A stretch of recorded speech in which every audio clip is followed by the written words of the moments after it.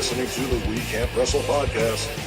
Now it's time for our host, Kate Maxson.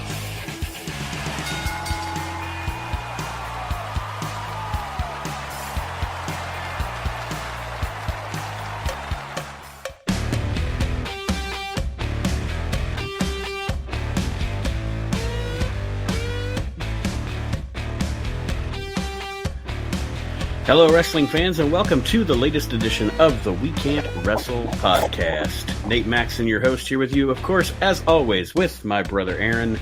What's up, everyone? And we are continuing this week with our journey through the Pro Wrestling Illustrated Top 500, the first one, and we're going to continue that. The only thing that I'll mention at the beginning of the show is as we start recording this show this week, it was just announced on AEW Rampage that CM Punk has to relinquish the AEW World Championship. Apparently he got a broken foot. So that is, kind of a setback for them, but I mean, it's not like it makes a difference in the ratings anyway. The ratings have stayed the same no matter who's on top, but kind of a bummer for Punk. He just won the title. And if anybody follows me, they're going to know that I didn't know CM Punk was the AEW champion. So, I do think you should, if you have not, the one thing I will recommend to you is to go out of your way to watch the MJF promo from Dynamite. Yeah, I was probably going to do that tomorrow. It's the show itself this week wasn't anything to write home about, but that promo was fantastic. I'll probably watch it tomorrow. All right, so anyway, like I said, going through the Pro Wrestling Illustrated, the first one from 1991. Last week we left off with a Mystery Humongous at 312. Yes, which, I mean, if people don't know, the PWI 1991 500 is mainly the 1990 500. Just yeah, I mean, splitting hairs or whatever, but it ranks. If you hear a name and you're like, that guy sucked in 91 or he was gone, it's like, that's because they were basing it off what he did last year, essentially. Yeah, the magazine came out in October, and I'm sure the list, because magazines again were it's not as quick to print as something instant on the internet. I'm sure they kind of went from June to June, I'm assuming, from June of 90 to June of 91. That would be my assumption around that time frame. We got 311. Start off with Fabulous Lance. 6'2", 287 years pro, formerly known as Lance Von Erich in the world-class area. Shoeless high-flying style, has competed in South Africa recently. Incredible physique and stamina. Lance Von Erich. This is the Von Erich cousin, huh? Mm-hmm. That everybody was like, you're not a Von Erich. And I love it when he left, and Fritz was like, well, we just, we lied to us. Yeah. He essentially apologized for his own shitty promotional tactic. But saying that the guy lied. Yeah. Putting it on the other. Putting it on. As a Von Erich. Yeah, putting it on the talent. It's so too bad. You didn't know this cat wasn't related to you? Right. It's too bad that. Too bad that Fritz didn't have genealogy.com or whatever back in 1988. I would have been like, hey, you know how I know he's not related to us? And they're like, how? I'd be like, he doesn't look like a horse. Shit. All right. Actually kind of handsome. Like, he ain't one of us. And he wasn't a bad worker. He just got, he was fine. Number 310, Soldat Ustinov. Huge Russian brawler, captured the AWA Tag Team title with Boris Zukov in 1987, has resurfaced in independent organizations famous for array of nerve holds. Haven't seen a lot of him. I don't watch a lot of AWA. I know he existed. I've seen him, but... When somebody says that he is known for his massive array of nerve holds, that, in translation, is, this guy is boring. Yeah, pretty much. 309, Akio Sato, 6 foot, 238, 12 years pro. Veteran Japanese star has just returned to the WWF to team with Kato and Pat Tanaka in the Orient Express. Also a star in SWS, not above hurling salt into his foes' eyes. Yes. Sato, the original guy that teamed with Pat Tanaka as the Midnight Express. Good wrestler. He also returned later on to be Shinja, the manager of Hakushi. Hakushi's manager. Which I like underrated gimmick. Yes, and I also liked both. I was a fan of both iterations of the Orient Express. Like, I know that we dog on them, being as it's 1994 in the ECW podcast, but I liked Bad Company as a tag team. I did too, and it's not that we dogged on them that it's 94 and it's whatever, but I don't think any of us ever dogged on the fact that they were good workers. Right. I mean, it was more of the angle they were in and the whatever. But yeah. Mm-hmm. But yeah, like I said, both iterations of the Orient Express, cool in my book. Number 308, a guy who was a big deal in our stomping grounds in Toledo, Ohio, Greg Wojciechowski, the Great Wojo. 6 foot 245, 10 years pro, former amateur champion, went on to great success in the WWA, an NCAA title holder at the University of Ohio, feuded with Scott Steiner in 1986, semi-active now. Yeah, he trained Scott, I think, because Scott trained in Toledo. So I think Wojo probably trained him and then worked with him, and he was I think he's still alive, but he was a gym coach or gym teacher or whatever at Whitmer. I think.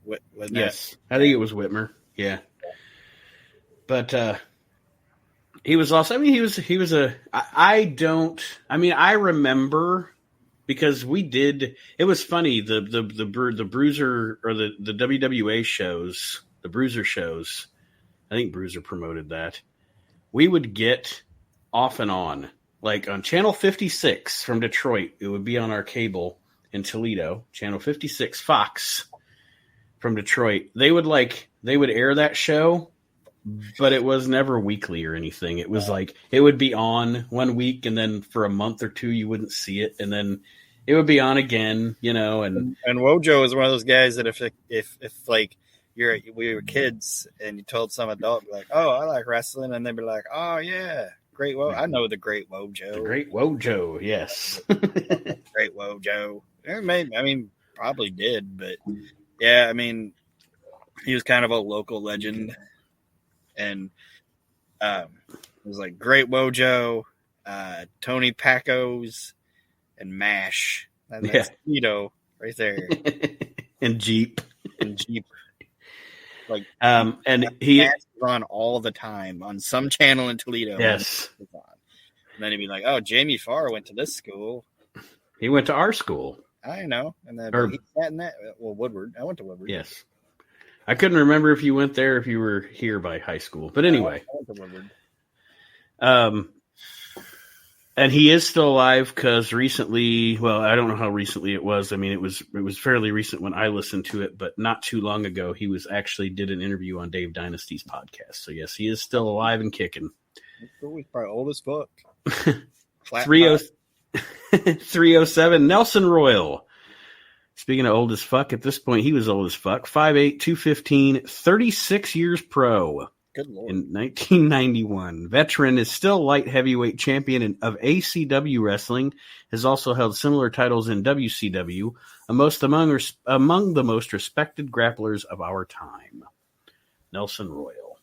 I don't have a lot to say about Nelson Royal. Don't either. not dogging him. It's a name before my time. You know what I mean? Yeah.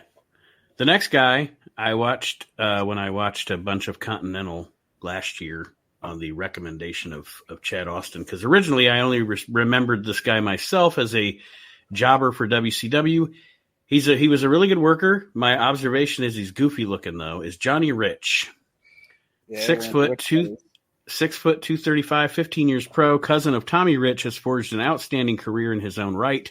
Recently returned to WCW, former Continental Wrestling Commissioner. Great dropkick. Johnny Rich is goofy looking. I mean, I don't know. He was a fine wrestler. He just, I don't know, could look kind of derpy, I guess. Just look like a dude. Number 305 is John Rambo. 6'2", 264 years pro. Patriotic Charlotte native has returned to Pacific Northwest. All-out gung-ho military style, obviously. Successful in recent bouts in Japan and Europe. I don't know if I've ever seen a John Rambo match. I remember John Rambo from the magazines, like being an Otto Schwann's promotion in Germany. I think it was like a Corporal Kushner ripoff. If I remember, if I'm remembering his image, he kind of had the Corporal Kushner. Mm-hmm. Obviously, because he's Rambo or whatever, but right. The gimmick's dead, buddy. He battled Cannonball Grizzly in Germany, who was PN News. Yeah. 304, Dragon Master, 6'2", 248, 21 years pro. Japanese veteran, is currently part of the independent scene. Formerly a member of Gary Hart's rule-breaking stable in WCW, knows karate and jiu-jitsu. Is Dragon Master Kendo Nagasaki? Or did he team with Kendo Nagasaki? I think he teamed with it. He wasn't Kendo Nagasaki. He was also like you said, he was in that J-Tex or whatever, that weird time in WCW where like the Horsemen were faces, but they were heels. And yeah. With J-Tex, and it was a big clusterfuck.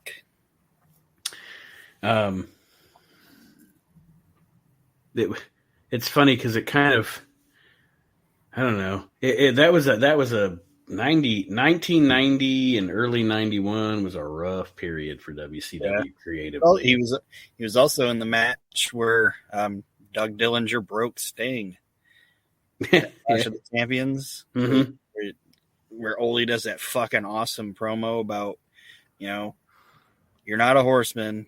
Yeah. But this guy said he vouched for you. I'm telling you, you're not a horseman anymore.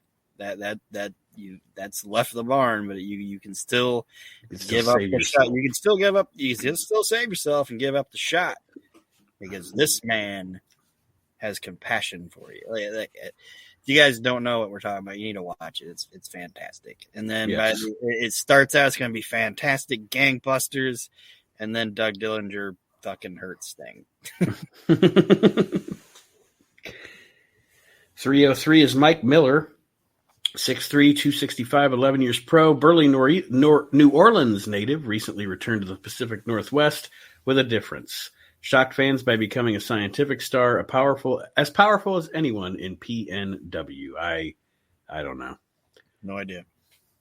Number 302, Bob Bradley, 6'2", 248 years pro. The Catman is best known to fans as a WWF TV wrestler, but he's much better than that. A former world-class Texas champion, strong but very quick and agile. Bob Bradley. Sorry, I was thinking that was somebody else. You're good. Go ahead. Number 301, Bobby Blair, 6'3", 275, 2 years pro. A bright light among an unusually strong crop of Pacific Northwest newcomers. Exceptionally strong, but hasn't forsaken Matt Skills, top contender to the PNW title. I don't know who that is. I don't either. A lot of Portland guys in this little chunk here. Yeah. 300, Brad Batten. We talked about Bart Batten in the last episode. 5'10", 229, 10 years pro. He and twin Bart have been a successful duo in Texas and the World Wrestling Council. Fast as lightning, not large, but was a successful rule breaker for a while. I don't know what more we can say than we said last time. Nope. 299, Ron Bass. 6'4", 285, 13 years pro. Maniacal Texan, competes sporadically in Florida, best known by WWF fans for his bloody feud with Brutus Beefcake in 1988, former Florida champion.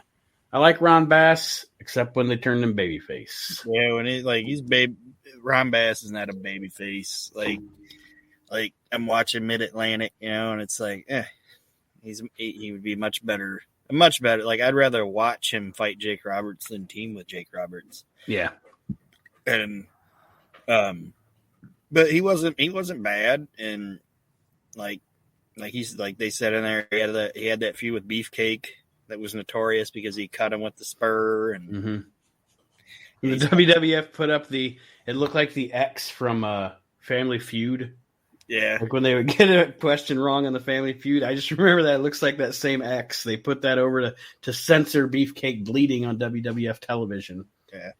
But, I mean, that was good stuff. Mm-hmm. It's hard saying that about something involving Beefcake, but it was good stuff.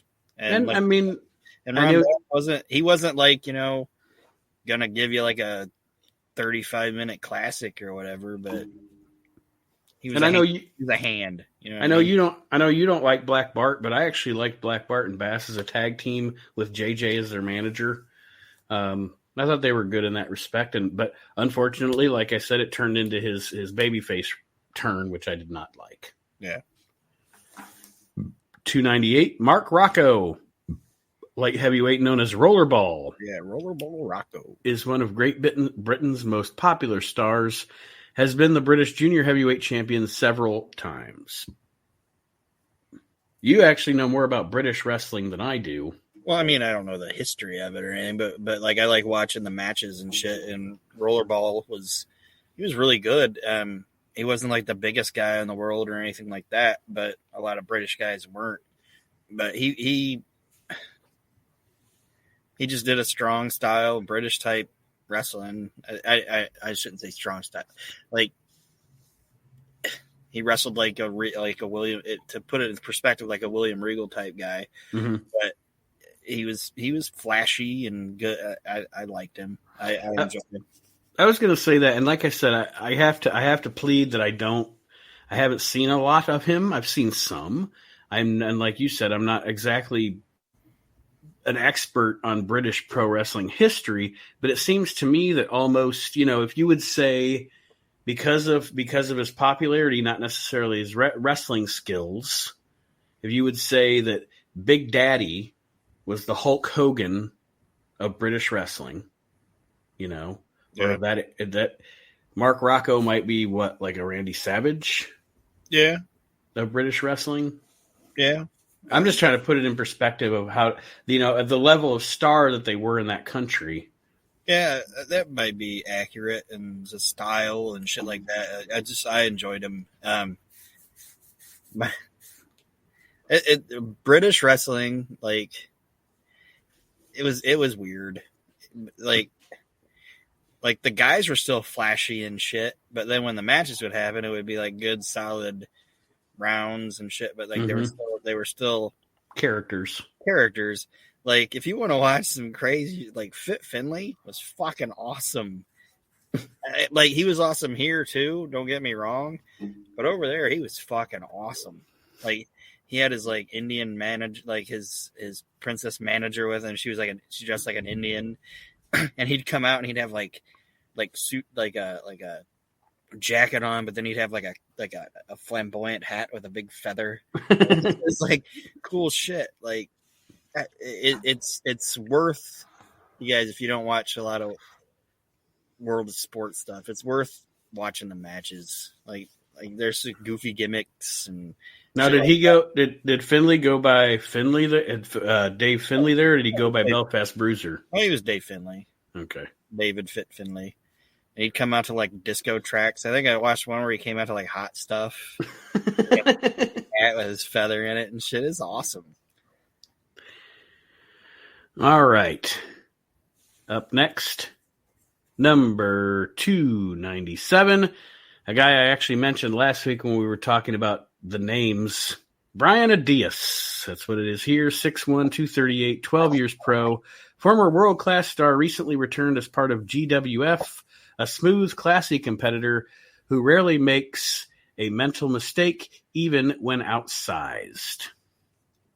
And that's what I said last week, the mystery of, is it Brian Adias or is it Brian Adidas? Because you hear it both ways. I know it's Adias, but I just think it's funny. Like at times on the Krylon, it would even say Brian Adidas. Yeah.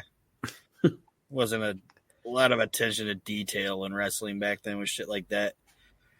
Like,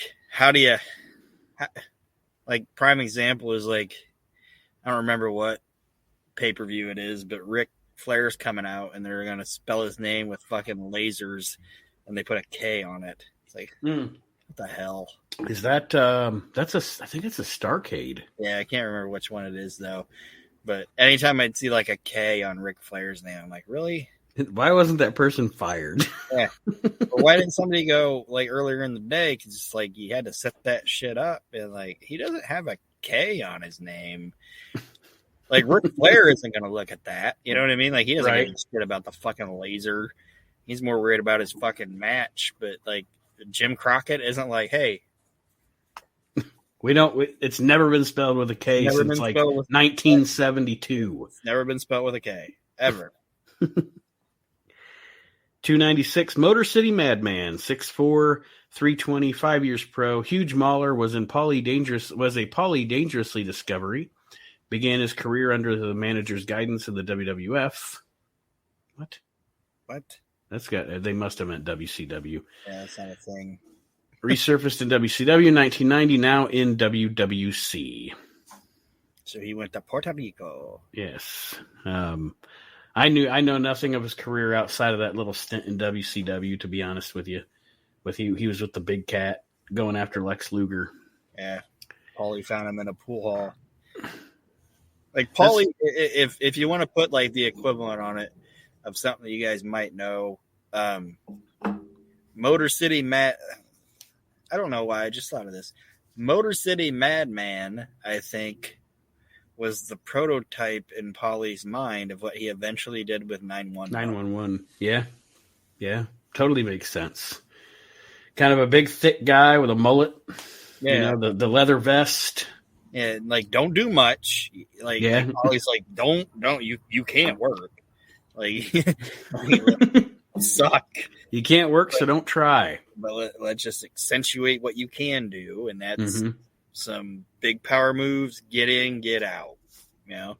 And then he finally was able to do what he wanted with that idea and put 911 on it.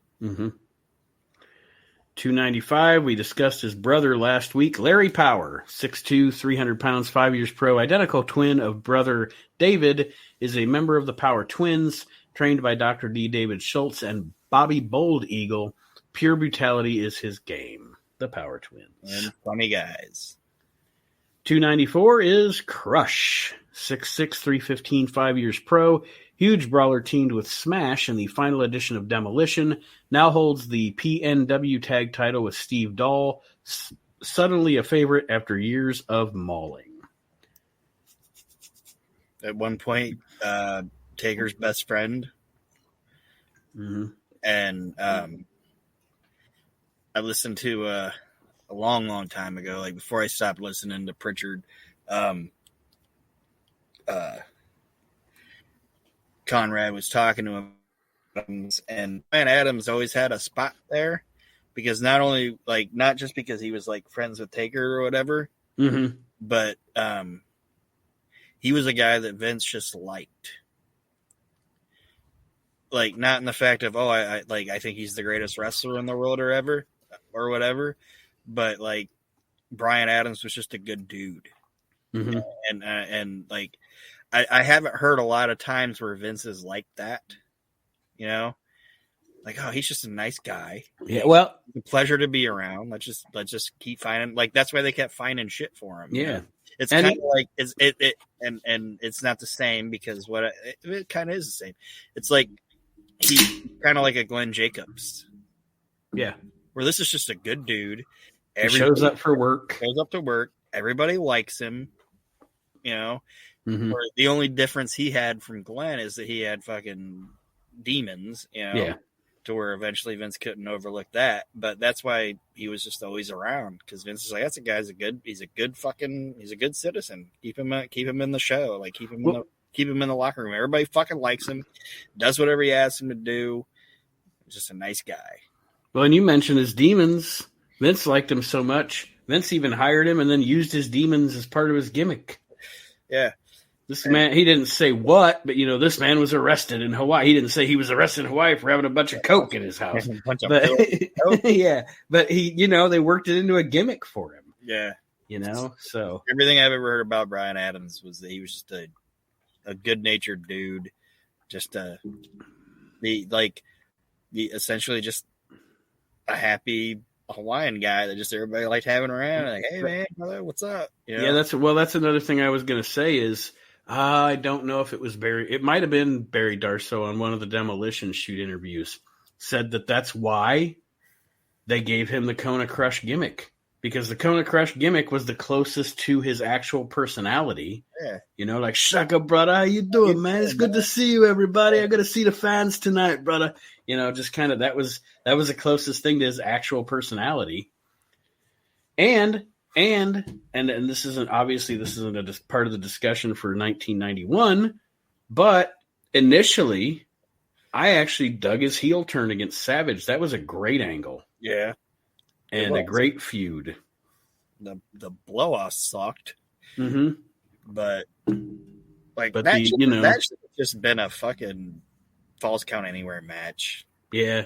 Because that finish fell so flat. Yeah. But just a good, and there's another thing too, like if Randy Savage loved the guy too, you know what I mean?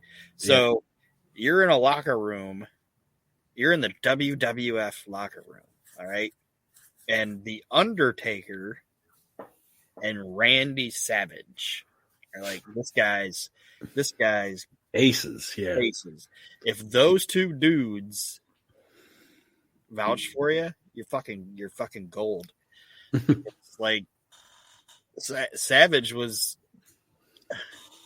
This is gonna sound. I don't know if this is gonna sound smart or dumb or whatever. And I obviously wasn't in the locker room, but I'm assuming Savage was the taker of the locker room before he left. Mm-hmm. You know what I mean? And then when Savage left, all right, now it's take now. Yeah. So if both of those guys are vouching for you, and Vince is like, good dude. Yeah. Well, that's what I was going to say. He had that Greg Helms thing. You know, like in 2002, 2003, 2004, Gregory Helms was all over WWE because The Rock liked him. Hunter liked him. You know, Shawn Michaels liked him. Everybody that was ever going to be around Vince and Vince liked him. You know, he got to be there. He got to be on TV. They always worked him. They always figured him in.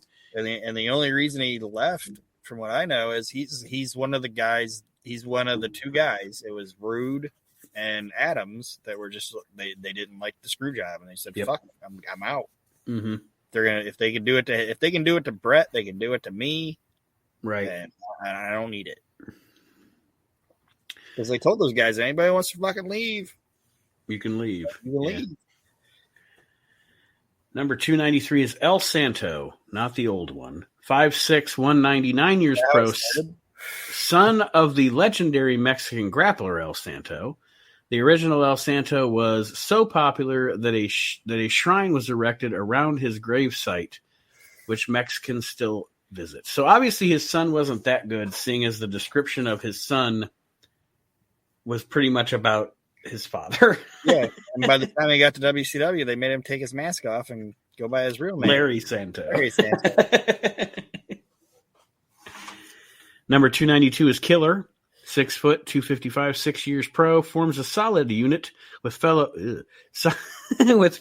mask man Psycho. Gross. As vastly underrated Texas Hangman tag team. Brutal Duo has captured the WWC and USWA tag championships in the last year.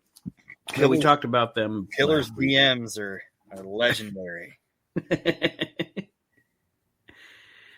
Number 291 is Yoshihiro Asai. 5'8", 175, 2 years pro, best of the new breed of flying Japanese stars, comes up with maneuvers beyond description, perhaps the most graceful grappler to hit the scene in years. I don't know who this is. I don't either. Number 290, one of Aaron's favorites. I don't know if is he in the Hall of Shame? You'll have to tell me. I don't remember. 290, Van Hammer. He's not yet. Might be this year, though. 6'8", 320, 1 year pro. Yet another mountain of a man invades the sport. Build and style very similar to Sid Justice. Began in Georgia, but has been negotiating with WCW for a debut there. So he has not yet hit WCW. He is not. And he's also a fucking scumbag. Yep. We'll just, if you don't mind, I'll just read his shit here. All right. Yeah. On January 26th, 2020, Van Hammer was arrested in Palm Beach County, Florida, and charged with a DUI and first-degree felony hit and run. Van Hammer, which they're calling him Heidrith, but Van Hammer was reported to be driving at 58 miles an hour in a 35 zone when he hit a 5-year-old child who was riding his bike. The child reportedly flew onto the hood of Van Hammer's car and suffered internal injuries, but ultimately survived. On May 2020, Van Hammer pleaded guilty to both charges and resulted in a sentence of 1 year. This is bullshit. He got 1 year of probation and 1 year of driver's license. Like, basically, they took his license away for a year and gave him 1 year of probation. He had a fucking kid on his bike. And they were just like, a year of probation. 1 year probation. You can't drive for a year. Like, you fucking kidding me? Yeah, shitty human, shitty wrestler, Van Hammer. Yeah. Number 289, another guy with the, here we go, back to the guys with the mystery name things. Wahoo McDaniel. Or is it Wahoo McDaniels? Daniel. Yes, I know. 5'11", 280, 30 years pro. Native American Indian star announced his retirement in 89, but has recently competed in SAPW and the revived AWA, famous for tomahawk chops, former U.S. champ. What can you say? Wahoo, one of the most badass wrestlers of all time. Yeah, I don't fucking remember how many miles he ran because they said he couldn't do it for a fucking 12-pack. I think it was like 35 miles or some shit. Like, Flair says that is the baddest ass son of a bitch that's ever fucking walked the earth. Like he puts him over, and it's no disrespect, but he puts him over Harley on fucking toughness. Like, just badassery. And,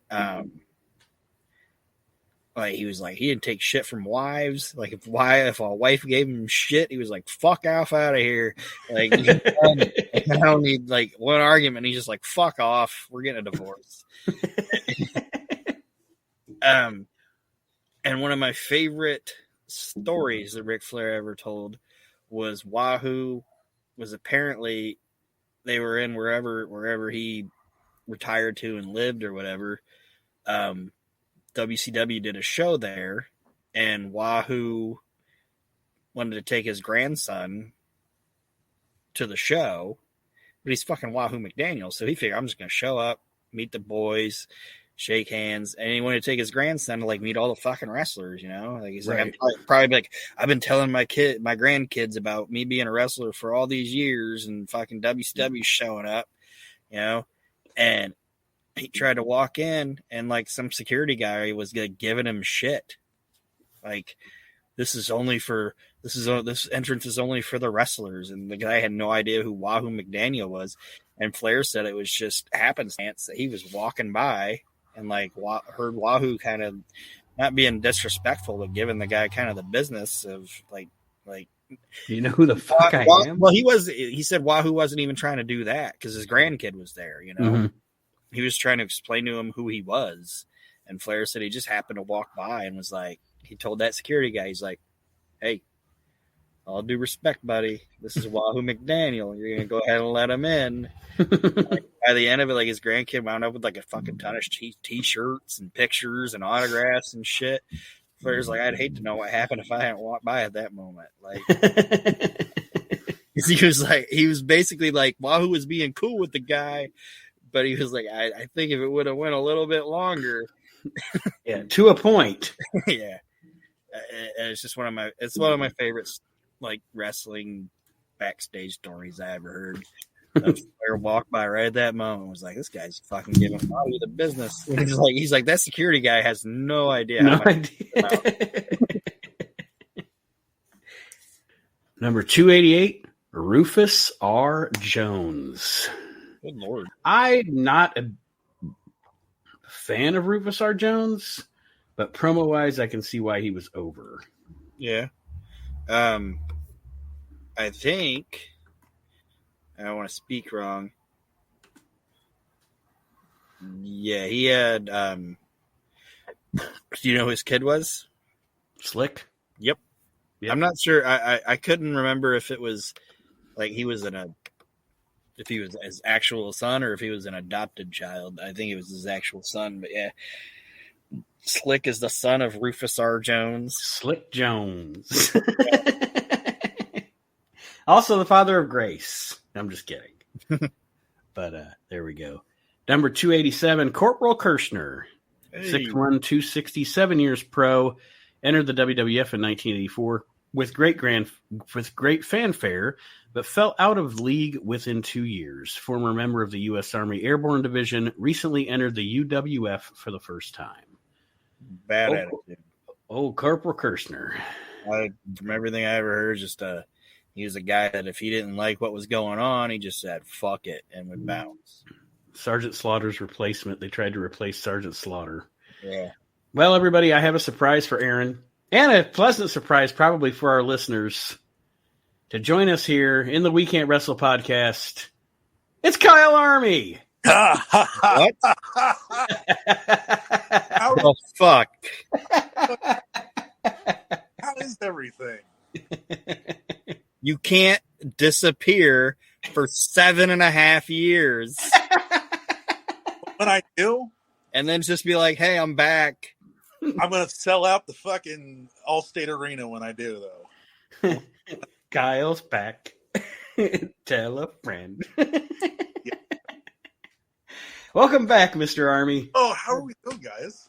We are, I don't know if you have been keeping up, but we are actually currently going through, we've done like 3 episodes already. We're doing 90 minutes a week, and we're going through the first Pro Wrestling Illustrated 500. Oh, and like 8 more podcasts have ballooned out of this, and fucking people died and got married and everything.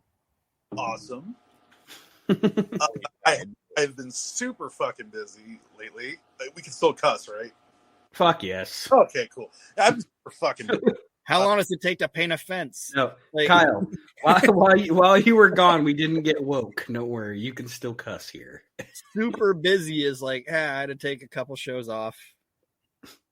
Yeah, like I said, I kind of went through that whole midlife crisis, trying to find out the fuck I'm gonna do with my life, because I don't want to fucking stay in a factory for the rest of my life. So It only took you 7.5 years to figure it out. No, it's nice to have you back. guys, it's nice to be back. Yeah. So where are we at in the PW 500? We're about to do 286. 286. Rocky Johnson. Really? 6'2", 244, 27 years pro. Veteran, has competed all over the world. Brother is former Canadian champ Ricky Johnson. Soul Man, among the first to blend strength and aerial skills. I don't think Ricky Johnson's a real brother. I mean, he's a brother. I mean, but he's not actually Rocky Johnson. He's not The Rock's uncle. Let's put it that way. No, yeah, because it's only like one family. Samoan. The Soul Man, though, very charismatic, very over in Georgia and the WWF back in the day. It surprises me he's that high or that low on the list, or high on the list. But in 91, he wasn't really that active. Yeah, I guess that's the case. I guess there's there's certain guys, and he's one of them, and like Junkyard Dog's another one that, like, no matter what anybody else does through the history of professional wrestling, Ronson is another one. Like, I mean, these guys helped change the world. I mean, you're talking about the South in wrestling. Mm-hmm. I can't think of a better fucking racist, group. Right. And people are like, you know what? I don't like black people, but I like that Junkyard Dog. It's like Bobo Brazil. Yeah. 20 years in the business, and it's Hobo Brazier. Hobo Brazier. fucking great story. Johnson was a really good wrestler, really good worker, charismatic, everything. Always kind of heard he wasn't like the greatest human being in the world, but can't deny his wrestling. And he probably would have had a different career if him and Tony Atlas got along. Because that was the problem when they put the belts on him, that Tony and Rocky did not dig each other. Is there anybody that gets along with Tony Atlas? Chad Austin. Does he? Mm-hmm. Everything I've ever seen about Tony Atlas, people are like, fucking dude is... Like, he'll show you the video of a woman stepping on his head in high heels. Yeah, just a weird dude. Teddy Long likes him. Although, you ever watched that WWE Legends House? I did. Dude, fucking Tony Atlas, he gets so fucking pissed. But y'all kids Tony my fucking ass. The Legends House thing, they did the big reveal at the end where everybody's gonna go around the table and tell their secret, you know, like something nobody knew about anybody, or something nobody knew about them personally, you know what I mean? Mm-hmm. And Pat Patterson's was that he was gay, like he came out, you know. It's like everybody knows you're gay, but it was the first time he publicly, you know, stated it. Yeah, I guess it's just not. And I watched it, and I was like, and then Jimmy Hart, his story was tragic. He talked about how he lost a daughter or whatever in Desert Storm. Okay, and when I was done watching Legends House, I wasn't trying to like. My biggest shock wasn't that Pat Patterson was gay; it was that Jimmy Hart wasn't.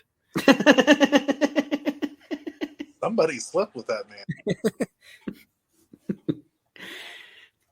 Number 285 is Invader 1. 5'10", 227, 22 years pro. Formerly known as Jose Gonzalez, competed in the WWF during the early part of his career, but went on to vast success in the WWC, famous for his silver mask and something else too. You know, it's funny. I always love like Villain 1 and, you know, Crusher 2 and Villano 5. It's like, you know, as soon as you fucking like, you're going to be Villano 4. But like, fuck. Yeah, well, Invader 1 is a piece of shit. He is the man that killed Bruiser Brody. Oh, yeah. Fuck him. Yeah.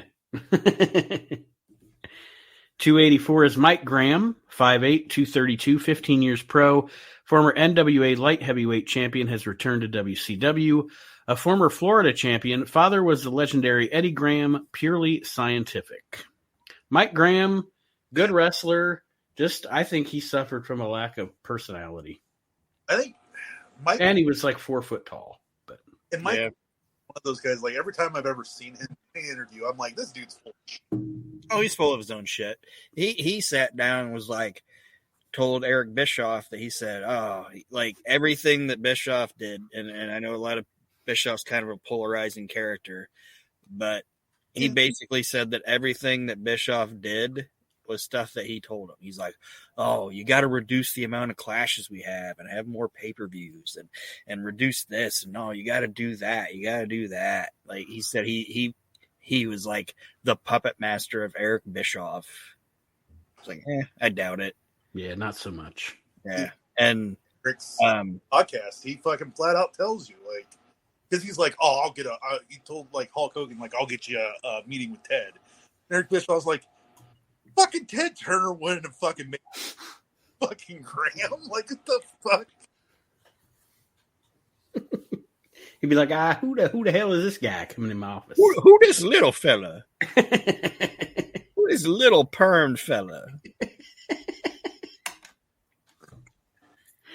Yeah. With a pono mustache. Look at him. Look at him. Number 283, Mike George. 6'2", 265, 23 years pro. Rugged timekeeper, competes mainly in Kansas City area, a former WWA champion, one of the top point compilers in the 1989 AWA Team Challenge Series. I don't know jack shit about Mike George. He's got 2 first names. Fuck him. Sure. Speaking of the AWA, 282, Greg Gagne, 6'1", 220, 18 years pro, son of the legendary Vern Gagne, has come out of retirement to compete on recent cards, best known as a member of the High Flyers with Jim Brunzell, a credit to his profession. Greg Gagne was fine as a tag team wrestler. Yep. And I said another little fella or whatever, but he's also a guy that, like, he seems like a good dude. You know what I mean? Like, I don't know. Like I think, like, sometimes you hear about like second generation wrestlers kind of like being full of their own shit or whatever. I don't get that from Greg Gagne. He also got hoodwinked by the WWE. Yeah. Oh, they fucked him. Yes, they did. They were like, sell us everything, bargain We'll basement. give you a job. We'll let you run our developmental. And then, like, once the fucking ink was dry, they were like, "Oh, we gotta let you go." And to me, it's like, I picture the scene in Star Wars where they're on Calrissian's planet, and they go in the dining area with Vader, and Vader just keeps saying to Lando Calrissian, pray I don't change the deal further. Like, the deal just keeps changing as time goes on. It was like the final fuck you from Vince McMahon to the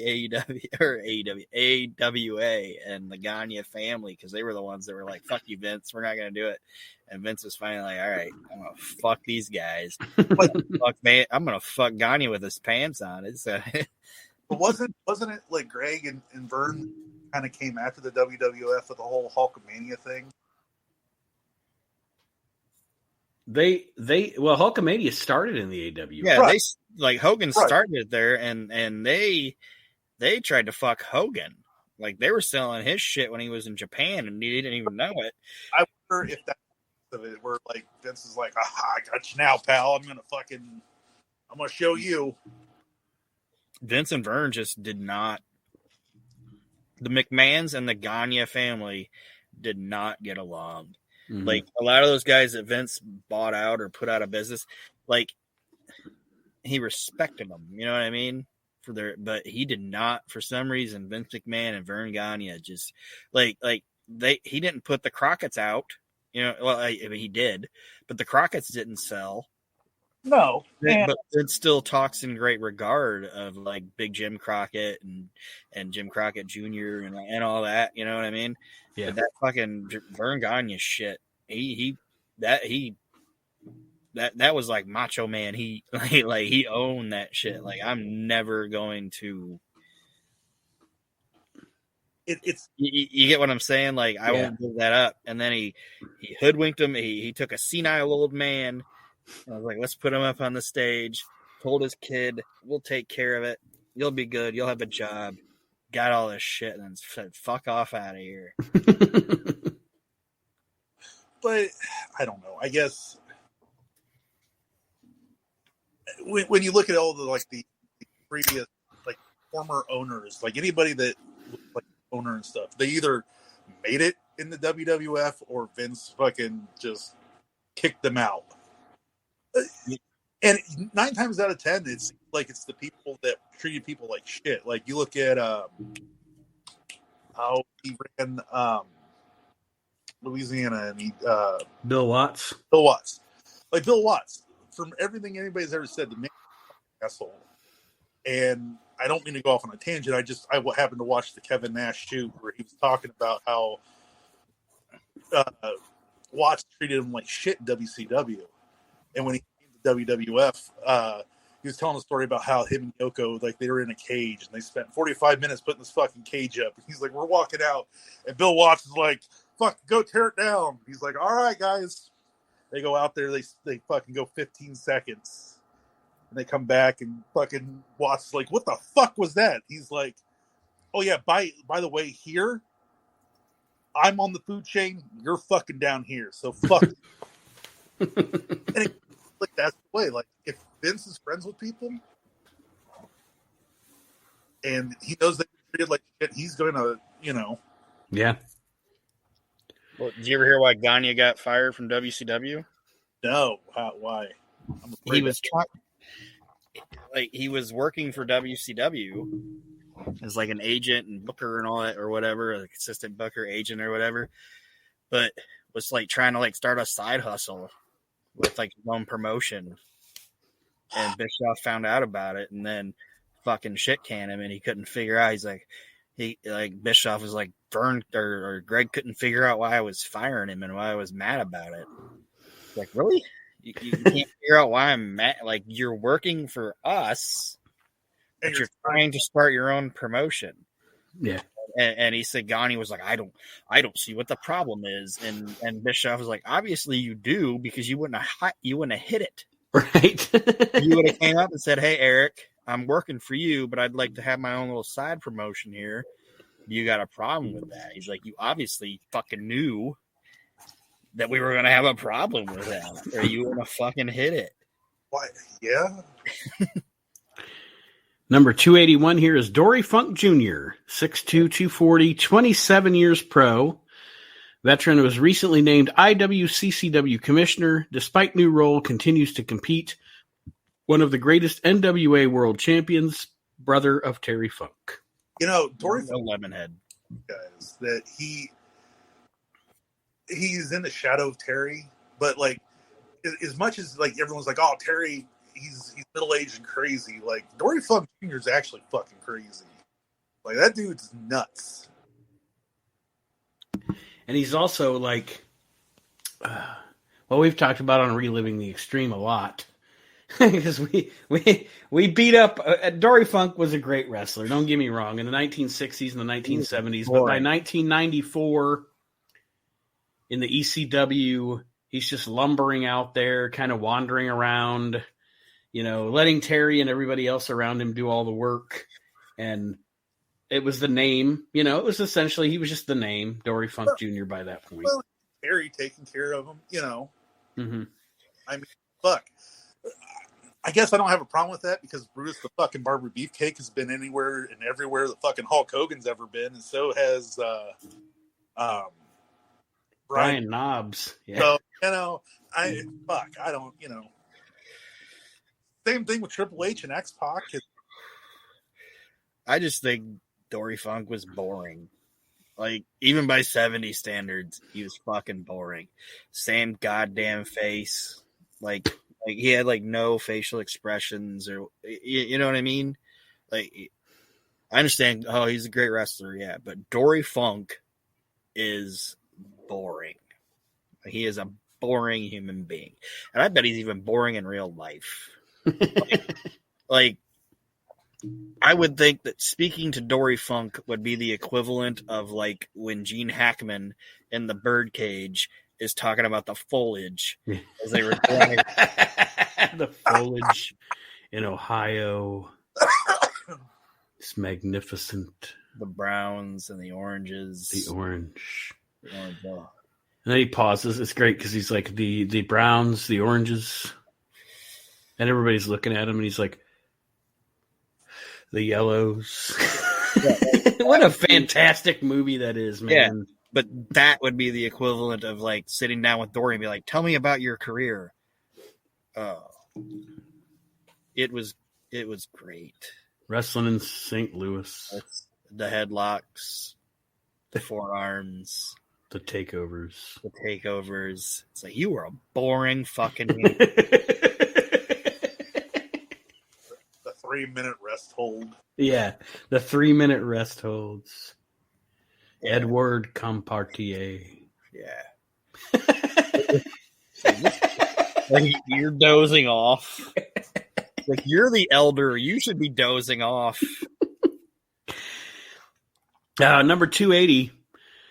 One of the best surprises of 2022 is getting to meet this man, Aaron. Chick Donovan. 6 foot, 245, 11 years pro, muscular fan favorite, has competed in Georgia for the past 4 years, also in world class for a long stretch. Uses power well, rarely makes tactical errors. Yeah. Kyle, Nate, and I went to Fort Wayne. We went to a fucking Heroes and Legends convention in April. It was April, right? Yeah. Yeah. And we just get there, and there's this older tan man with a big blonde bouffant, and it was fantastic. Sparkly gold jacket. And I looked at Nate and I was like, I think that's fucking Chick Donovan. And Nate was like, that ain't Chick Donovan. I was like, it's Chick Donovan. Like, he wasn't on the roster. Like, he wasn't a name. They said Chick Donovan's gonna be here. And then I was like, it's fucking Chick Donovan. It was fucking fantastic. And his handlers were all these smooth black men in pimp outfits. Yes, it was like a herd of Teddy Longs. No, it was like, it's like he's being surrounded by the kings of comedy. Like, that's the suits they were wearing. It was like fantastic. His handlers. Yeah, they were fucking. It was just smooth, like Detroit black dudes and Chick Donovan. Old Chick doesn't know where he's at. We make sure he's there. Oh, and like after I saw that, I was like, man, Chick Donovan has a sassy black wife. I know he does. He's like got a foxy brown wife. Chick Donovan was the shit. And it was very cool to meet him. Yeah. Get our picture made with him, get an autograph. That is, in all honesty, and I know I'm joking about it, but like the name Chick Donovan, like that is such a cool fucking wrestling name. What'd you say he said about Bill Watts? Because we were just talking about Bill Watts. Oh shit. Didn't he say he was like a fucking prick or something like that? Yeah, oh yeah, because I said I was just watching you, because I was literally like 2 nights before that. I was just watching you on I was just watching a show you were on. No, it wasn't Bill Watts, Aaron. It was Fritz von Erich. Oh yeah. I said I was just watching a show you were on a couple nights ago, and he goes, "Oh yeah, what was it?" I said it was a world class show. He goes, Fritz von Erich, real motherfucker. See it. I was like, oh yeah. He's like, yeah, I didn't like Fritz, not at all. Son comes out on his fucking Hall of Fame speech, and he's like, I know my dad loved me. Not fucking a good sign. Didn't love you. 279 here in the 500. Chris Champion. 6'1", 222, 7 years pro. Former Wild Side member is wild indeed. Teamed with Mark Starr to win the CWA tag title in 1989. The New Breed with Todd Champion is making its mark in the late 80s. And Yoshi Kwan. Did he become Yoshi Kwan? Yes, he did. Yeah. The New Breed was actually fucking cool in the NWA. Like they had that fucking robot and like it was out of place, but it was weird and cool. Like I always thought, because I think that stopped because Chris Champion got in an accident.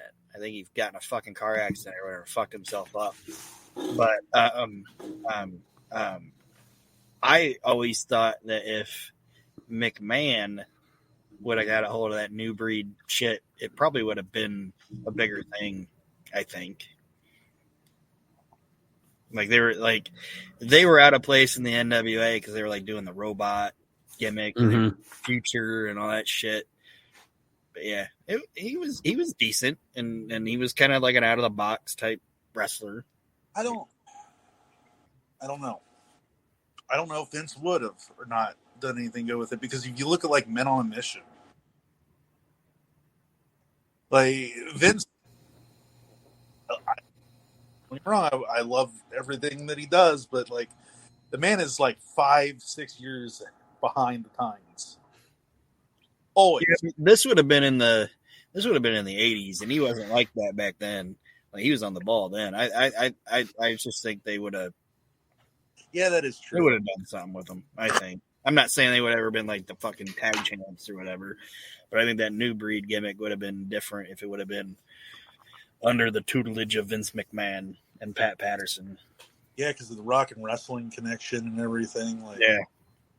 I see where you're going, yeah. 278, Scott Casey. 6 foot 242, 19 years pro, former world-class standout competing independently. Gave a fine accounting of himself in a 2-year stint with the WWF, proponent of the Bulldog headlock and a fine finisher. Scott Casey, cowboy wrestler. Yeah, I mean he was fine. You know, I've never watched a Scott Casey match and been like, well, this guy fucking sucked. But I've never watched a Scott Casey match and been like, yeah, this guy should have been a bigger deal than he was. I wish they would do something in the Hall of Fame for those talents that, it's like, yeah, like he never really fucking made it like big like Hulk Hogan, but like if it wasn't for this guy, like nobody would have looked good. It's the Carpenter Award, the Good Hand Award. Let's go ahead and bring our Horowitz winner out here. This year's inductee, Val Venus. And this year's inductee, D'Lo Brown. Yeah, you get the Horowitz. Oh, I definitely thought D'Lo would go in before Val. Damn it. The trophy you get, it looks like a dreidel. You get to pat yourself on the back when you win, though. Give yourself a pat on the back. Give yourself a pat on the back, Bob Holly. It has the numbers 1 through 4 on it, and they got to spin it, and wherever it lands, that's their payout. Sorry, buddy, you get $1,000. I was really pulling for that 4 guy. You tried, pal. Turns out you're not as good a hand as you said you were. Number 277, T.C. Carter, 6'1", 232, 7 years pro. Polynesian stars competing in the U.S. more often. Wrestled Wild Bill Irwin at Starrcade 90 for WCW. Colorful ring attire makes him a favorite.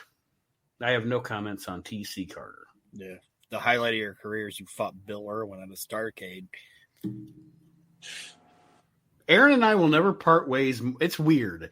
We will never part ways more in wrestling than we do on Bill Irwin. It's so crazy to me how, like, of all the things you could discuss in wrestling, we are totally opposite on Bill Irwin. I love Bill Irwin, and Aaron does not.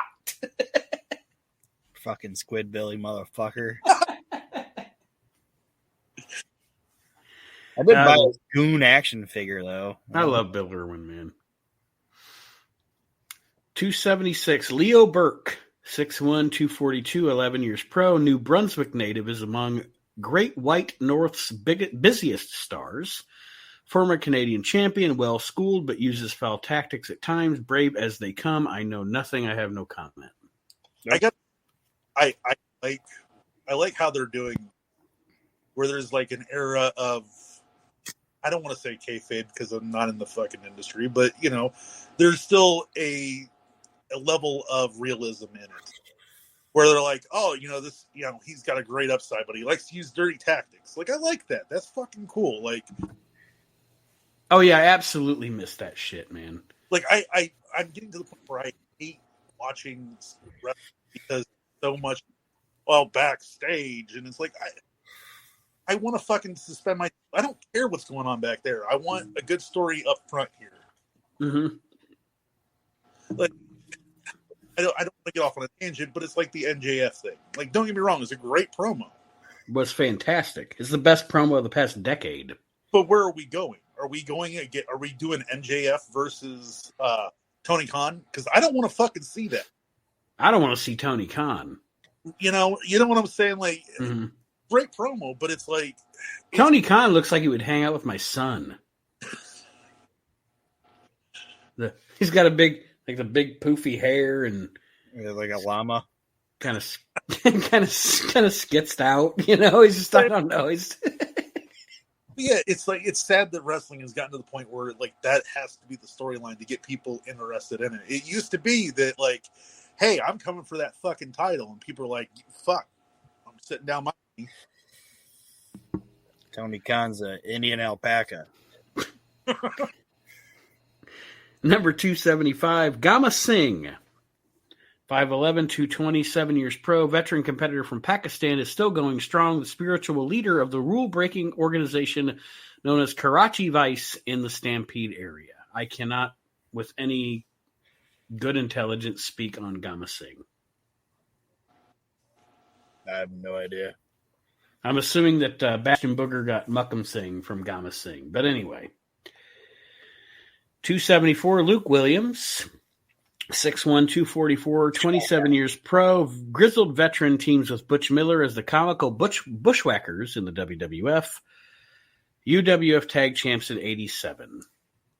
And one of my favorite fucking tag teams of all time. Yep, dude. When I was any incarnation of those guys, and Kyle, I didn't mean to cut you off, but one of the things that like pisses me off the most is that the Bushwhacker gimmick, people shit on it, okay? And they say, "Oh man, they were so much better when they were the sheep herders." And because I don't know, do you know a lot about the sheep herders? Oh God, yeah. Like they did the blood and guts thing, and they were hardcore before hardcore, and then they got to the WWF and they made them cartoons. Okay, well, they were old when they got there. Yep. And what Vince McMahon did was take these two guys that were old when they got there and said, "Hey, all that blood and guts shit that you did, you don't have to do that anymore." Right. And you're going to make more money than you ever made in your entire career before you even got here. And fucking wrestling fans, and I'm a wrestling fan, but wrestling fans are always just like, "Oh man, they fucking ruined the sheep herders. They fucking ruined them." It's like, okay, well, when Luke and Butch would go to like autograph sessions and shit, it wasn't like, "Oh, come and meet the sheep herders." They were like, "Come and meet the Bushwhackers," because that's where we made our fucking money. You know, the first Hasbro action figures I ever got wasn't Hulk Hogan, wasn't Macho Man, it was the fucking Bushwhackers. And Vince added fucking 10 years to those guys' careers by saying, "You don't have to do that shit anymore. No, well, lick children and fucking bushwhack and have fun."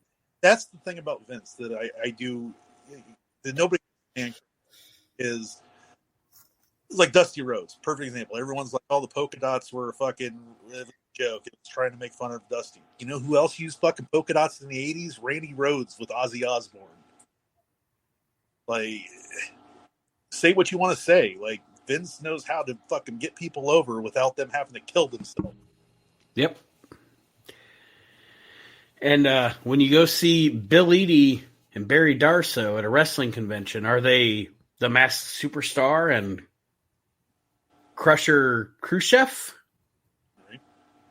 They're Demolition. That's what they are. But what they do that's cool is you can they bring all their gimmicks with them. Yes, they do. You're right. Whatever gimmick you want to pose with, we'll pose with. Darso's like, "I'll be the fucking Repo Man tonight. I don't give a shit. I got a little fucking Hamburglar mask right here. Yeah, I'll put it on." Bill Eadie brought his superstar mask with him and shit.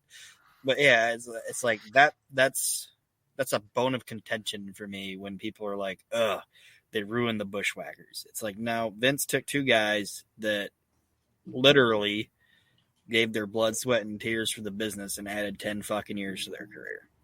They made them more money than they ever had in their entire time before they got there. Think about this. Roddy Piper smashed a fucking beer bottle on his fucking forehead, try to get his shit with the sheep herders over, and it didn't sell anything, really.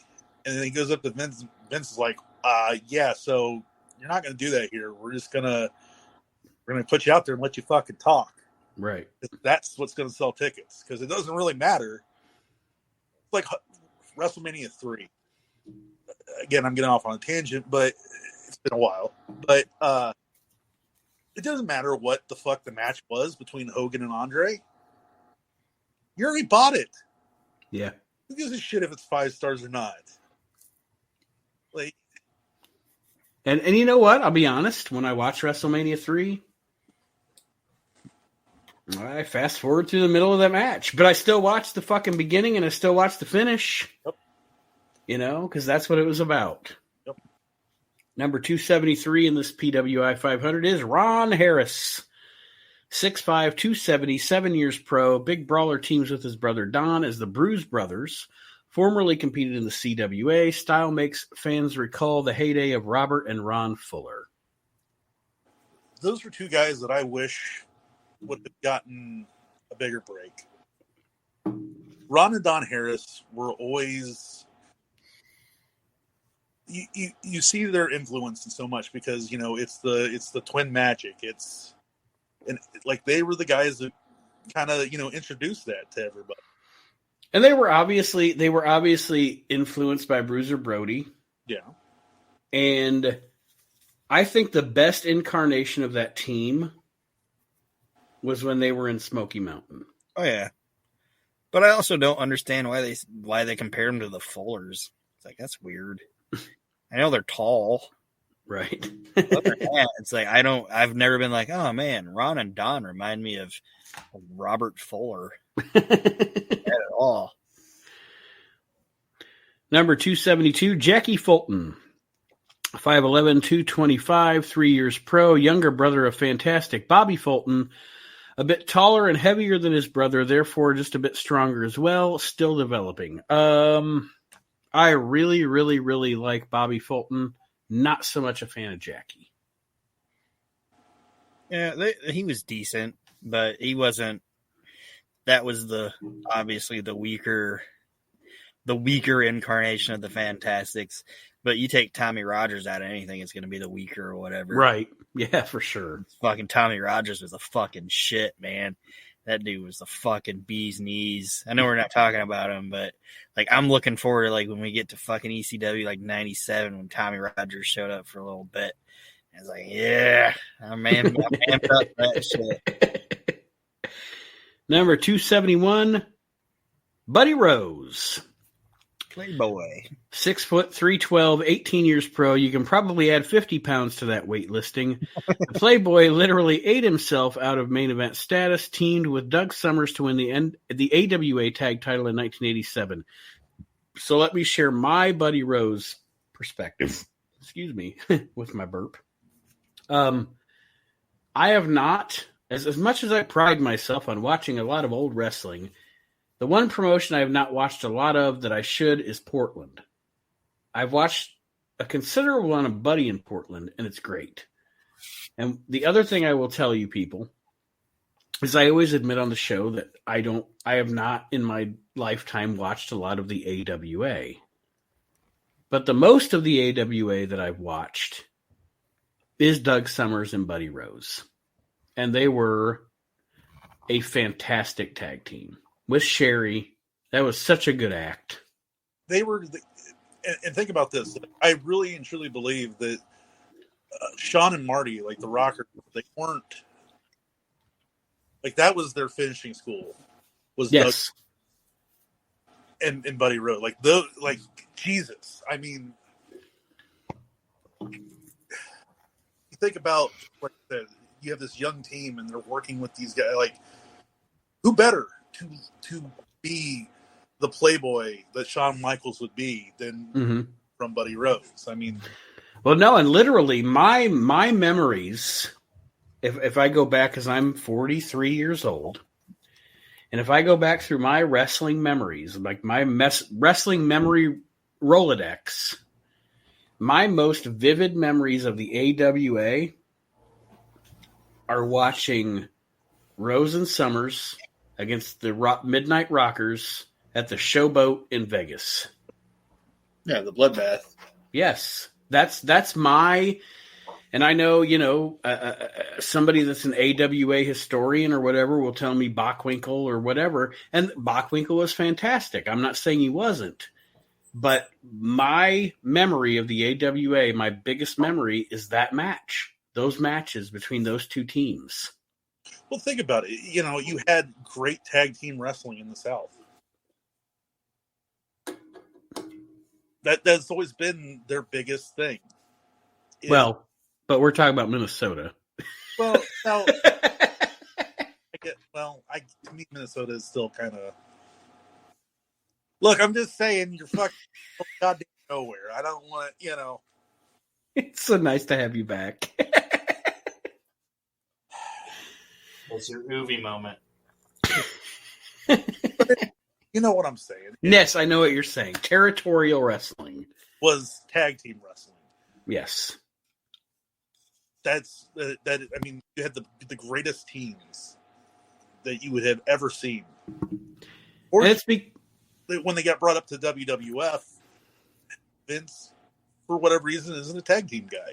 No. But in 87, 88, and 89, I would argue in 87, 88, 89, as much as I love the Midnights and etc. and Rock and Roll Express, I would argue the WWF had the best tag team roster for that 3-year period. Oh, God, yeah, they did. But the problem was, and again, I understand Hulk Hogan sells the tickets, but imagine if they had gotten behind, like actually got behind some of these teams. Killer Bees. Yeah, like...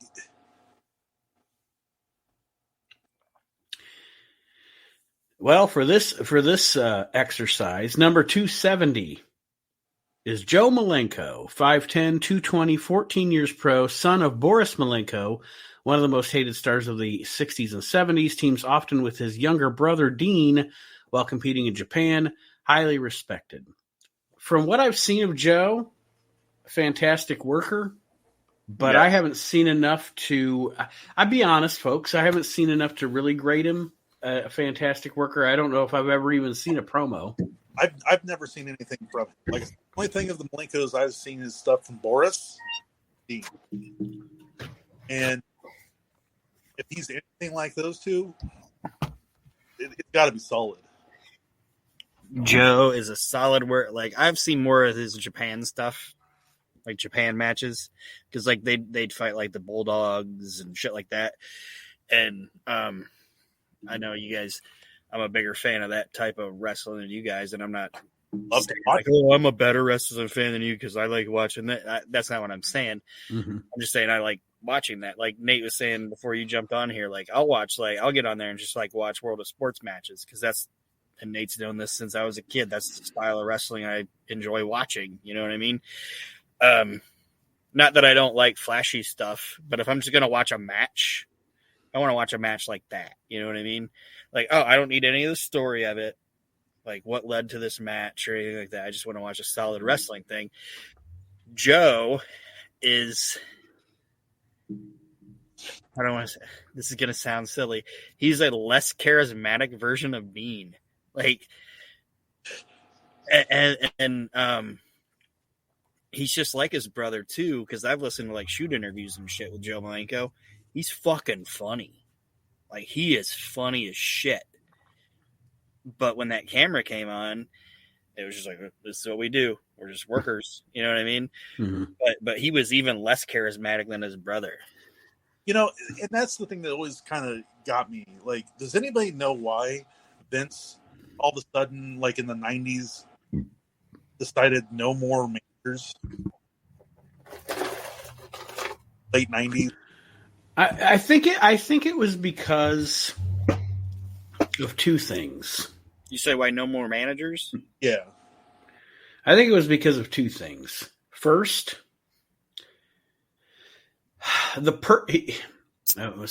he was promoting wrestlers, i.e., and I'm just going to use them as two examples or three examples: Stone Cold, Rock, Shawn Michaels. He was promoting wrestlers that had big personalities and could do their own promos. And because of Russo, he got into the mentality of, if someone's escorting a wrestler to the ring, it should just be a woman with tits and ass. And I think that's what killed the manager. That's part of it, but what also killed the managers was that territories went away, because heels, a baby face would stay, like a Bruno Sammartino or a Pedro Morales. You know what I mean? Mm-hmm. They'd have they'd have 7-year reigns as champion, but the heels would, like, if you were a heel, you're only going to be in this territory for 6 months. Okay. So it wasn't so much that the babyface was feuding with the heel wrestler. The babyface was feuding with the manager. And the manager was bringing in the wrestler. The manager was bringing in the wrestlers. Like Fred Blassie was the heel on the show, consistently cutting the promos. And he's like, oh, I'm going to bring in Stan Hansen now, and I'm going to try to get Stan to get. And I know he didn't manage Stan, but you know what I'm saying. Like the managers were the heels, the main heels of the show, and they were bringing in their foot soldiers, their charges or whatever, for 6 months to try to get the belt off the guy. That's what it was. That's what I think it was. The manager role kind of just worked its way out when the territories went away, in my opinion. Right. It's just, there's so many guys that, man, if they just had a manager, if they had a mouthpiece, would have been bigger stars than you could have ever imagined. Mm-hmm.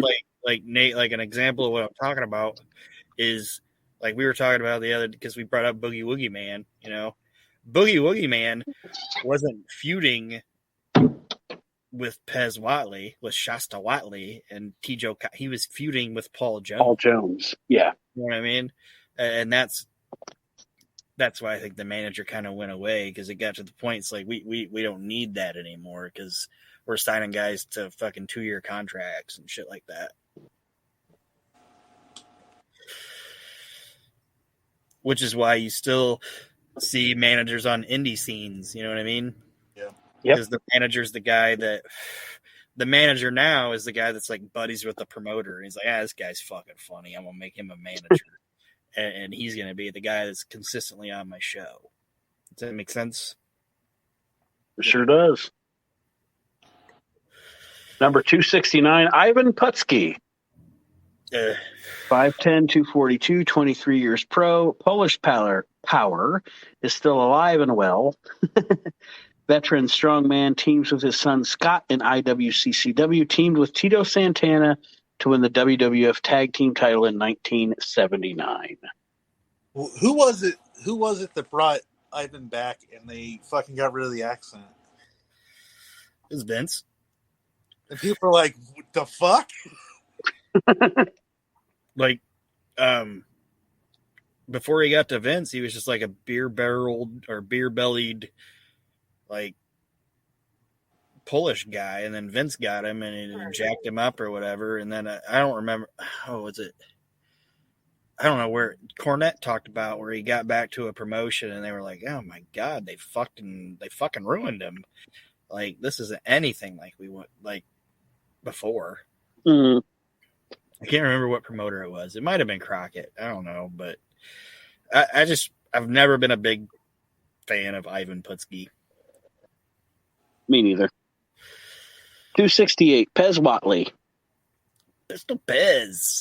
5'10", 245, 16 years pro. Exciting competitor, has wrestled all over the country.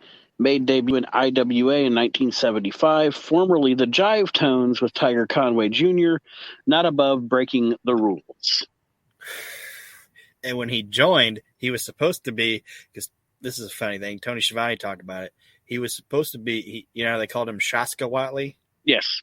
He was supposed to be Shasta Watley. But Pez Watley fucking couldn't pronounce Shasta. So he was like, I'm Shaska Watley. That's not supposed to be your name. And then it just became his name because he couldn't fucking pronounce the name that they gave him. So they're like, all right, fuck it. You're Shaska. I just thought that was funny. Like, apparently you guys don't, but I thought he was a great worker, a great hand. And when he was a heel, he was entertaining. Mm-hmm. With the top hat and the fucking... I liked him. Please tell me that when he was a heel, he was a German sympathizer and his name was Swastika. Well, at times he did team with Baron von Raschke. Look out, Baron von Raschke. That's all the people need to know. Number 267 is the Tasmaniac. 5'11", 245, 4 years pro, uncontrollably violent rule breaker, is the new IWCCW light heavyweight champion, managed by Tony Rumble.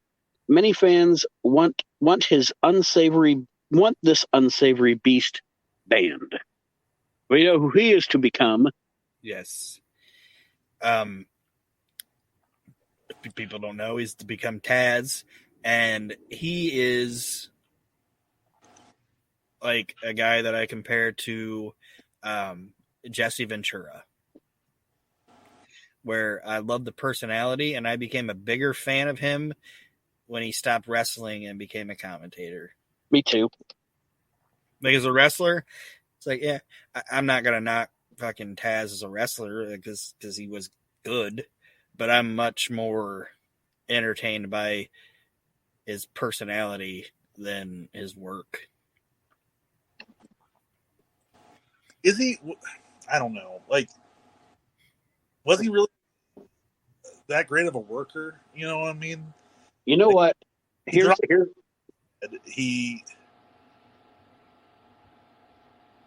what I'll say, Kyle. He was perfect in his role in ECW. Yeah, he was. Outside of that, he was fine. You know, but like Aaron said, he was a better personality than he was a wrestler. But I mean, I'll say his ECW work, he was great there. I think the biggest thing too is that, like, when you look at Taz in ECW at that time, like, he was the off standard of the hardcore style, and so by definition, it's the whole big fish, small pond, where he can be the tough badass. But then when you get to the WWF, it's like, yeah, okay, you're probably good, but we've got Kurt Angle, we've got. Or can we push you as a badass, but legitimately put you in the ring with fucking Kane? Yep. Yeah, and he's a prime example of what Heyman did. Fantastic. Was, let's take away the things that, like, the holes that people are going to see in your act, and only accentuate what the positives, the things you do good. Like, no, don't pay attention to the. Do you get what I'm saying? Mm-hmm. Oh yeah, sure. Like Paulie did a good job of going, okay, this guy's a fucking fire hydrant. You know what I mean? Like, he's this little compact fucking badass. But when he got to the WWE or the WWF, it was like, eh. Well, and he's a prime example of, and to your point, Aaron, about him being a better personality like Jesse than a wrestler, his promos. Yeah, ECW TV, you'd see snippets of his match. You'd see him slamming somebody on their head, or suplexing somebody on their head or whatever. But then you'd hear him talk, and you're like, oh, this guy's a badass. And you forget that he's like fucking 5'5" and what? Yeah. Like, one of the most, and I'm looking forward to getting to it eventually. I don't even remember what year it was from, but one of my most vivid memories of ECW was the segment where he's in the ring and Shane Douglas is up on the balcony and he's calling out Shane Douglas. Yeah, it's 97. And it's so good. He's so good in that environment. Like, get down here. I want to kick your ass. Yeah, that's 97, because that's when they were going. That's when they were doing the cross promotion shit with the WWF, and like you said, we'll get there eventually. But yeah, and the fucking Sabu Taz feud was fantastic. Mm-hmm. It's all good shit. Number 266, Toshiaka Kawada. 5'10", 230, 10 years pro, All Japan mainstay, brings fans to arenas in the Force. Not as flashy as other Japanese stars, but gets the job done. Top contender to most All Japan titles. And I'm going to say again, I don't know a lot about him, Kawada. I've seen some matches. I've seen some of that, like the highlights. And another strong style guy. I'll pull an MJF. I'm not going to pretend like I watch Japanese wrestling. And I'm the same way. That was the best line in a promo in the past decade. I don't pretend to watch New Japan.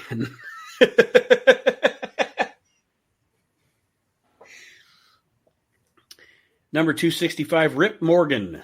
6'4", 270, 8 years pro. Tough and ready New Zealander as a member of the royal family with Jacko Victory. Former flag bearer of the Sheep Herders. Rick Morgan he's a fine worker. Yeah. I mean, I actually liked the royal family gimmick. And I like Jacko Victory. Jack Victory's kind of like a unsung wrestler, in my opinion. But they were what they were, and they were never going to be like your fucking main event tag team or whatever, but they were a good little gimmick. Two more, and then we will sign off. The first one, 264, Firecat. 5'7", 236, 1 year's pro. Newcomer has competed in UWF, GWF, and Florida in his first few months in the sport. All-out athletic style has been compared to Cheetah Kid and Jushin Liger.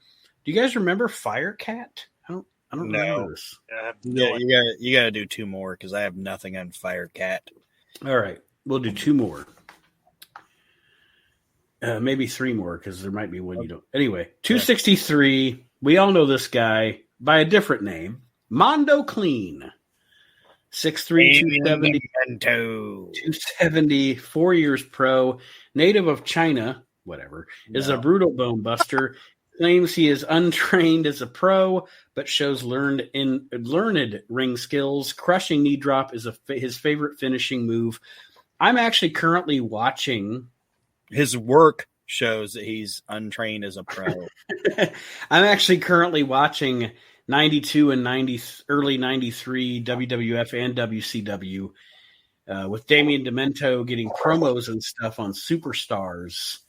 And that guy was not very good. No. He had a cool look. He can say that he main evented the first Raw.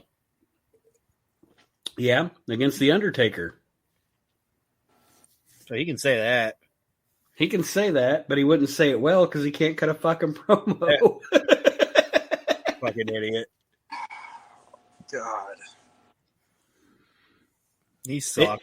His thing on his promos that I've noticed, like on the event centers and stuff, is he's always like, "And so it shall be said, and so it shall be done." Yeah, what? Fuck are you talking about? Dude, sucks, man. 261 is Ken Timms. The only thing I remember Ken Timms of is watching Mid-Atlantic and Bob Cottle being like, "Oh, there's old Ken Timms." But anyway, Ken Timms, 5'11", 235, 12 years pro, very successful in Mexico, where he is now known as El Fabuloso Blondie.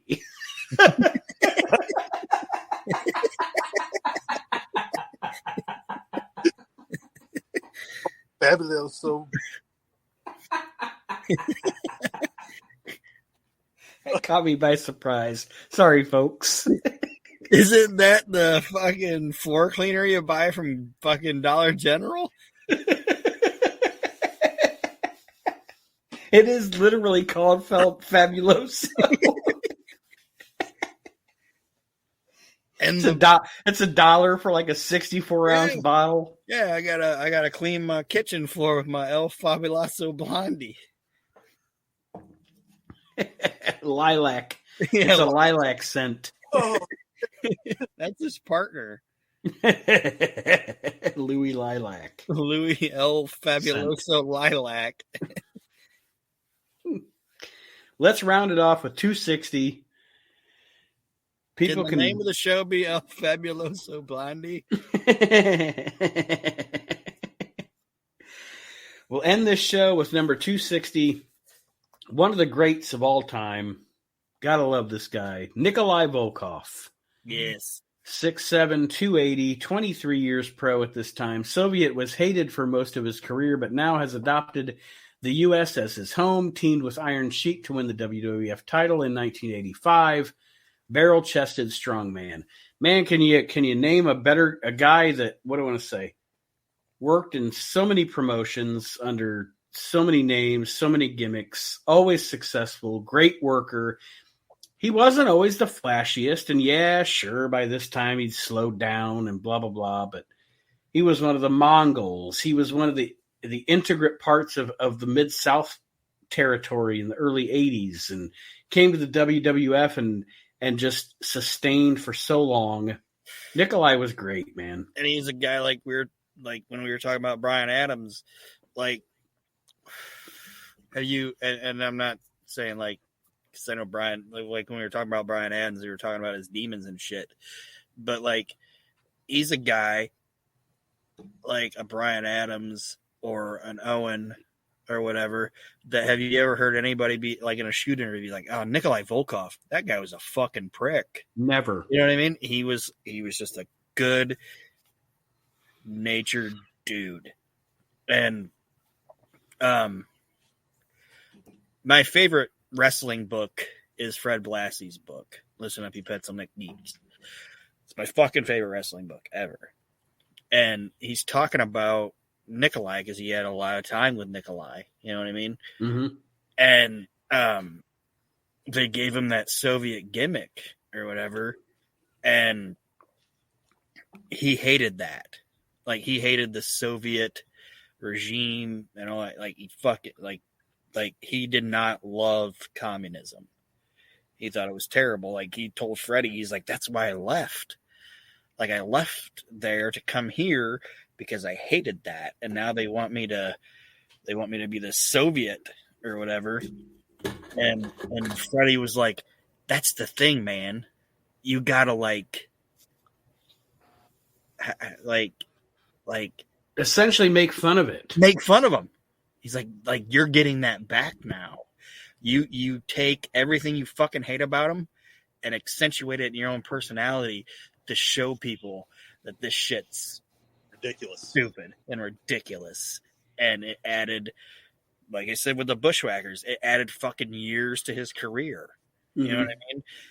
And Freddie said that he got him back in touch with his, like, Freddie had a daughter that he didn't know, and he got him back involved with her, you know, and he was like almost like an Owen Hart too, where like Freddie said like this dude would like fucking make eggs on a hot plate in his fucking hotel because every dime that he was making on the road, he was sending back to his kids and his wife. Like Nikolai Volkov was just everything I've ever read about the guy. Obviously, I never met him, but everything I read about the man was just a stand-up, honest, good dude.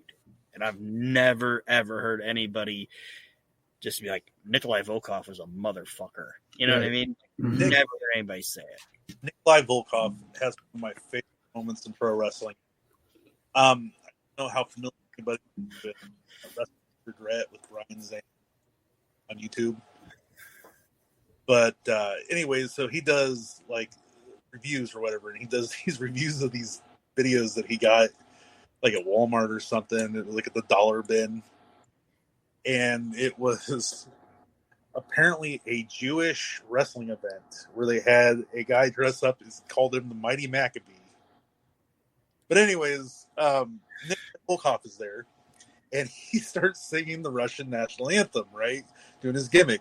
And people start kind of like booing, get bored with it, and all of a sudden he kicks into the fucking Jewish cheer dance song. The Hadna the Gila?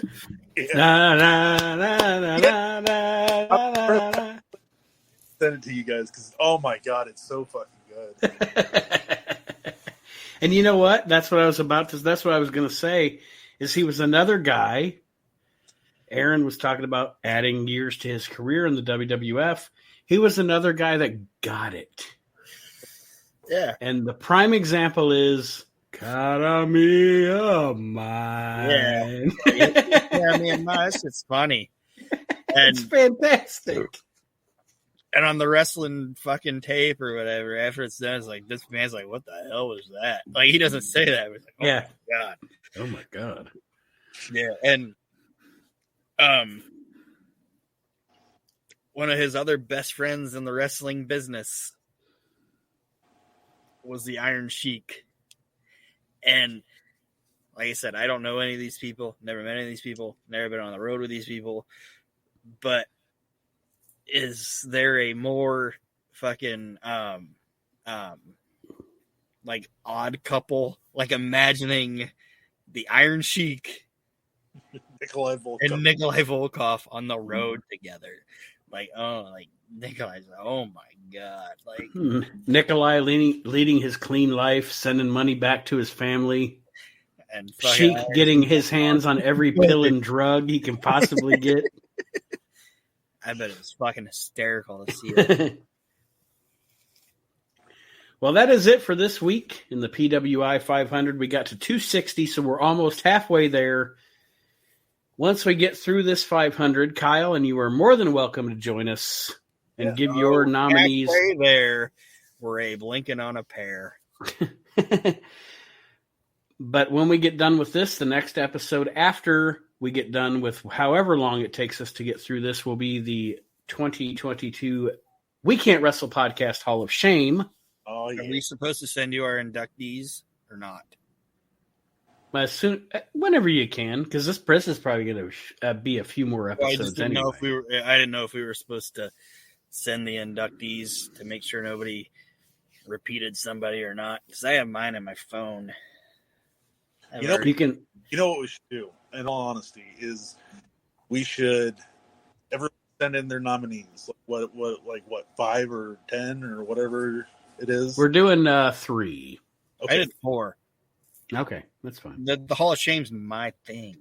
So I'm gonna put but everyone should send in theirs, and then we should all vote on who we think should make the list.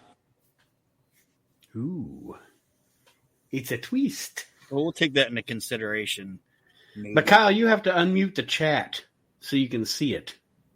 Because I don't think you can see the chat, the admin chat right now. Maybe I can't.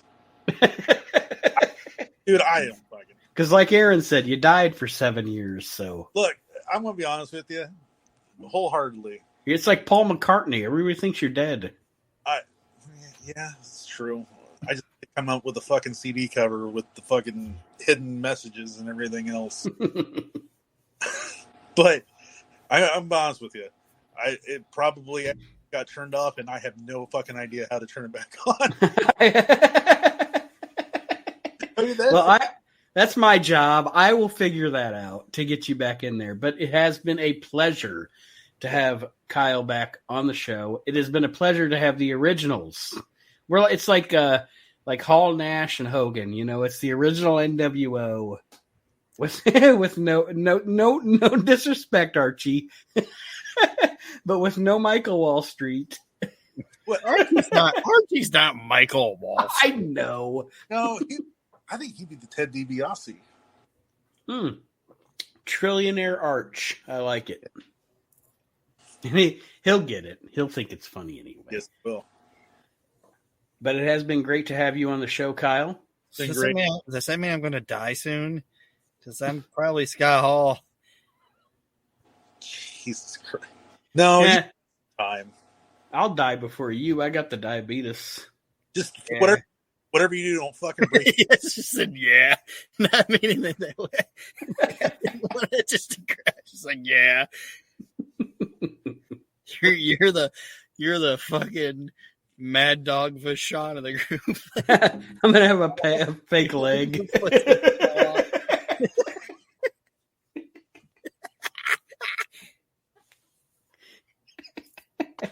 And Kyle's like, Jesus Christ, what did I step back into? Yeah. Oh. Step back with no foot.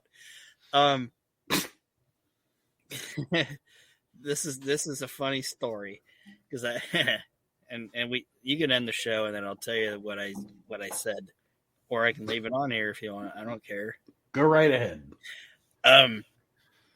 I was off Memorial Day weekend. Like, I had it off, so I was like, sweet, I'm off Memorial Day weekend. And I went to go to the Edition, which is a bar and grill in town. If you guys don't know what that is, it's kind of a fancier place or whatever. I was like, oh, I'm gonna go there and get some mid-afternoon drinks in. And they were closed. I was like, fuck. But the Black Angus is right across the street. I never go in there. So I go in there, and I'm like, I guess I'll drink in here. And I got like 8 beers in, and the bartender was doing a good job. She kept bringing me drinks. Like, boom. She's like, she could tell when I was done, brought me a beer. So this chick's doing a good job. She's going to get like a $10 tip. And she was like, hey, man. I was like, yeah. She goes, we're closing soon, but I've been watching your cadence of drinking, and I think you can get 2 more in before we close if you want. And I said, nah, I'm good. I got to go pick up my kids. I just got up and walked out. and I told this to a buddy at work. And he goes, are you ever going to go back there again? I said, yeah. And he goes, what are you going to say the next time you go in? I'm like, I'll just drink. And then she's like, do you need another one? And then I'll just be like, nope, got to go to my kid's funeral.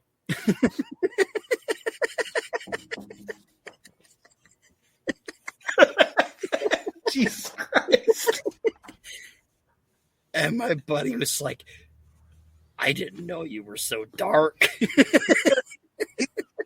Brought Piper and It's Always Sunny. Like, oh, you got kids? I had them.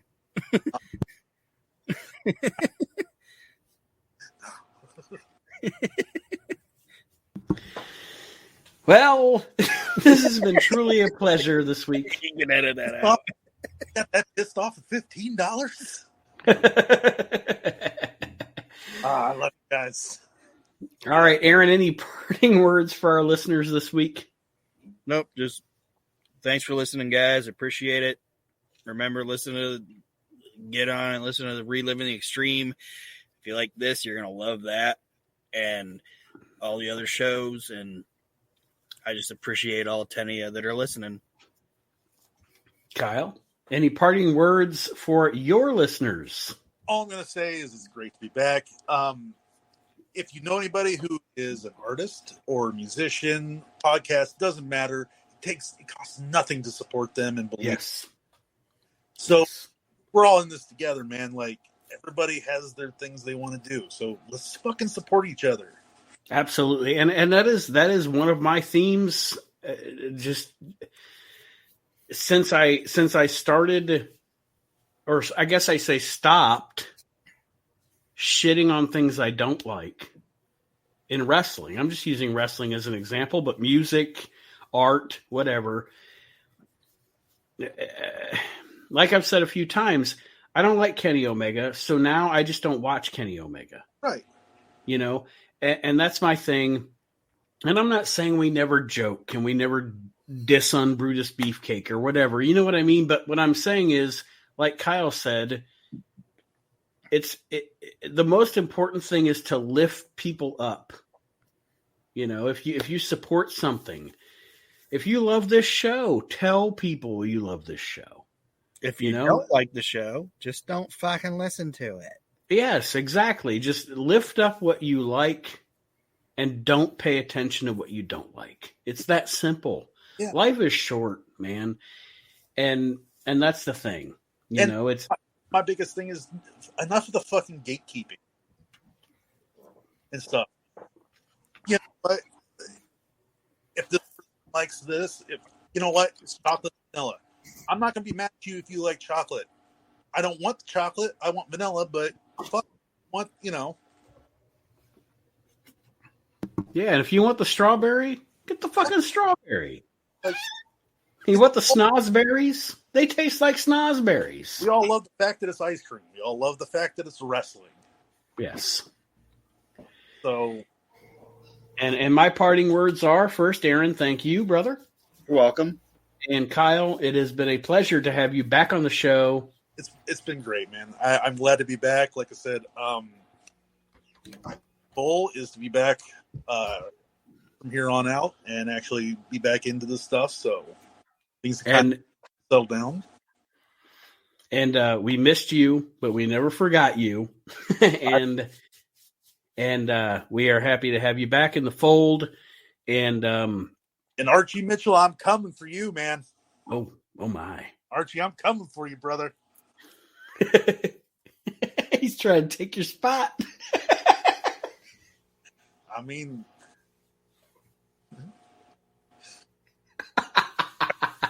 all right, everybody. Thank you for joining us this week on the We Can't Wrestle podcast. And we will see you next week as we continue going through the inaugural PWI 500. Have a great week, everybody. And we'll see you next time around.